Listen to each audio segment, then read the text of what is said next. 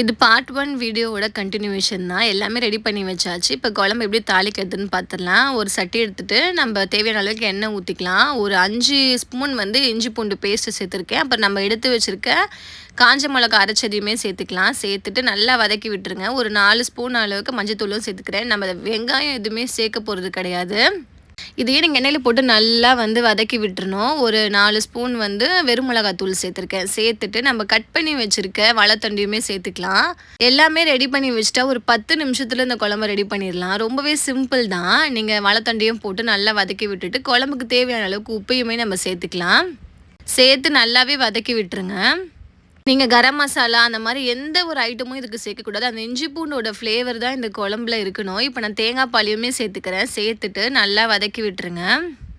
தேங்காய் பால் ஊற்றி ஒரு 2 மினிட்ஸ் கழித்து நம்ம வந்து கரைச்சி வச்சுருக்க கடலை மாவை சேர்த்துக்கலாம். இந்த மாதிரி கையை வச்சு வடிகட்டி சேர்த்துக்கோங்க. ஏதாச்சும் கட்டி இருந்துச்சுன்னா வந்து நம்ம எடுத்துடலாம். இந்த மாதிரி நீங்கள் ஊற்றும் போது அடியில் வந்து கொஞ்சம் திக்காக இருக்கும். நீங்கள் அதுலேயுமே தண்ணி ஊற்றி கரைச்சிட்டு திரும்பியுமே ஊற்றிக்கலாம். இவ்வளோ பெரிய சட்டியில் குழம்பு வைக்கிறதுக்கே வந்து 400 கிராம் தான் யூஸ் பண்ணியிருக்கேன். கடலை மாவு வந்து எப்பவுமே ரொம்ப திக்கு கொடுக்கும். அதனால் பார்த்து யூஸ் பண்ணிக்கோங்க. இப்போ நம்ம கரைச்சி வச்சுருக்க மீனையுமே நம்ம சேர்த்துக்க போகிறோம். இந்த மாதிரி ஒரு வடிகட்டியில் போட்டு நீங்கள் சேர்த்துக்கலாம். இல்லை கையை வச்சு நீங்கள் வடிகட்டியுமே ஊற்றிக்கலாம். ஒரு சட்டி ஃபுல்லாகவே நாங்கள் வச்சுட்டோம் இன்றைக்கி. ரொம்ப நாள் ஆயிடுச்சு இந்த மாதிரி ஒரு டேஸ்டியான முருங்கைக்காய் குழம்பு சாப்பிட்டு. அதனால நாங்கள் நிறையாவே இன்றைக்கி செஞ்சுட்டோம். நல்லா கொதிச்சதுக்கப்புறம் ஒரு அரை மணி நேரம் கொதிக்க விட்டு ஆஃப் பண்ணிங்கன்னா ஒரு பர்ஃபெக்டான முருங்கைக்காய் குழம்பு ரெடி ஆயிரும். இப்போ நாங்கள் எல்லாருமே சேர்ந்து சாப்பிட போகிறோம். இதுக்கு முக்கியமாக வந்து பேஜோ வேணும். நாங்கள் இன்றைக்கி வீட்டில் செய்யலை, வெளியே தான் வாங்கியிருந்தோம். இந்த பேஜோ எப்படி செய்கிறதுன்னு சொல்லிட்டு ஒரு ரெசிபி நான் உங்களுக்கு கண்டிப்பாக ஷேர் பண்ணுறேன்.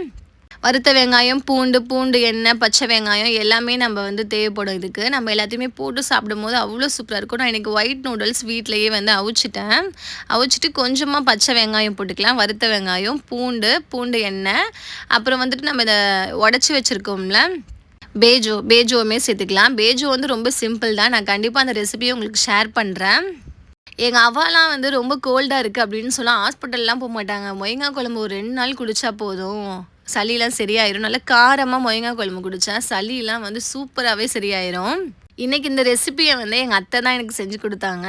நான் எங்கள் அவ்வா, எங்கள் அத்தை, எங்கள் அம்மா இவங்ககிட்டேருந்து தான் என்னோடய குக்கிங் ஸ்கில்லை வந்து டெவலப் பண்ணிக்கிட்டேன். அவங்ககிட்டேருந்து ஒரு ரெசிபியாக கற்றுக்கிட்டேன். ஃபைனலாக வந்து எல்லாத்தையுமே கார்னிஷ் பண்ணிட்டு நாங்களுமே குடிக்க ஆரம்பிச்சிட்டோம். இந்த கிளைமேட்டுக்கு சூப்பராக இருந்துச்சு. எங்கள் எல்லா பிரதர்ஸோடு சேர்ந்து நாங்கள் இன்றைக்கி சூப்பராக முருங்கைக்காய் குழம்பு குடிச்சிட்டோம்.